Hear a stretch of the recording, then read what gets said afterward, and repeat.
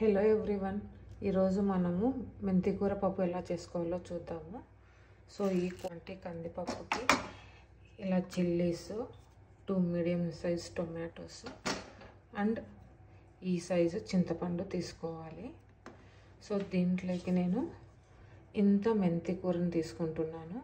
మనము ఎక్కువ తీసుకోకూడదు, ఎక్కువ తీసుకున్నామంటే చేదు వచ్చేస్తుంది పప్పు.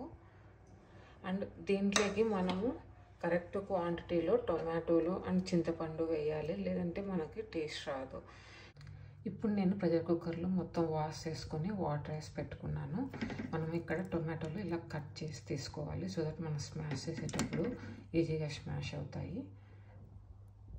దీంట్లో మనము వాటర్ ఎంత తీసుకోవాలంటే మనకు ఇలా పెడితే మనకు ఇంతవరకు వాటర్ వచ్చేటట్టు వాటర్ వేసుకోవాలి. ఇంట్లోకి పసుపు వేస్తున్నాను అండ్ కొంచెం ఆయిల్ వేస్తున్నాను.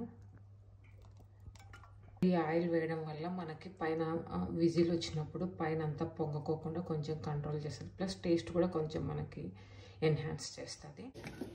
చూసారు కదండి, పప్పు ఇలాగా బాయిల్ అవ్వాలి. మీకు అట్లే కందిపప్పులాగా ఉంటే పప్పు అస్సలు టేస్ట్ రాదు. మీకు ఇంకొకరు బాయిల్ ఈ వాటర్లోకి మన పప్పులోనంతా వచ్చేయాలండి, అప్పుడే మనకి పప్పు బాయిల్ అయినట్టు. ఇప్పుడు ఈ వాటర్ని డ్రైన్ చేసుకున్నాం,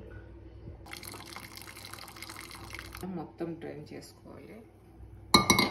అండ్ వాటర్ కూడా చూడండి, మనకి ఆ పప్పు అంతా వాటర్లోకి ఇంకింది. సో మనకు అందుకే చిక్కగా ఉంటుంది వాటర్ కూడా. సో అదే అలా కాకుండా జస్ట్ వాటర్లా ఉంటే పప్పు బాయిల్ అయినట్టు కాదు. వేసుకున్నాము. ఇప్పుడు ఇలా పప్పుతో మొత్తం అంతా స్మాష్ చేసుకోవాలి. పప్పుని అంతా స్మాష్ చేసుకున్న తర్వాత మనం డ్రైన్ చేసి పెట్టుకున్నాం కదా, ఆ వాటర్ని మనం పప్పు థిక్నెస్ ఎంత కావాలనుకుంటున్నామో అంత వేసేసుకోండి. ఇప్పుడు మనము పప్పు తాలింపు పెట్టుకున్నాం. ఆయిల్ వేసుకుంటున్నాను, అంతా ఆయిల్ వేసుకోవాలి. ఇంట్లోకి నేను ఇలా ఆనియన్, పోపు దినుసులు అండ్ కర్రీ లీవ్స్ ఈ ఐటమ్స్ అన్నీ వేస్తున్నాను. వేసి మంచిగా పోపు ఫ్రై చేసుకోవాలి.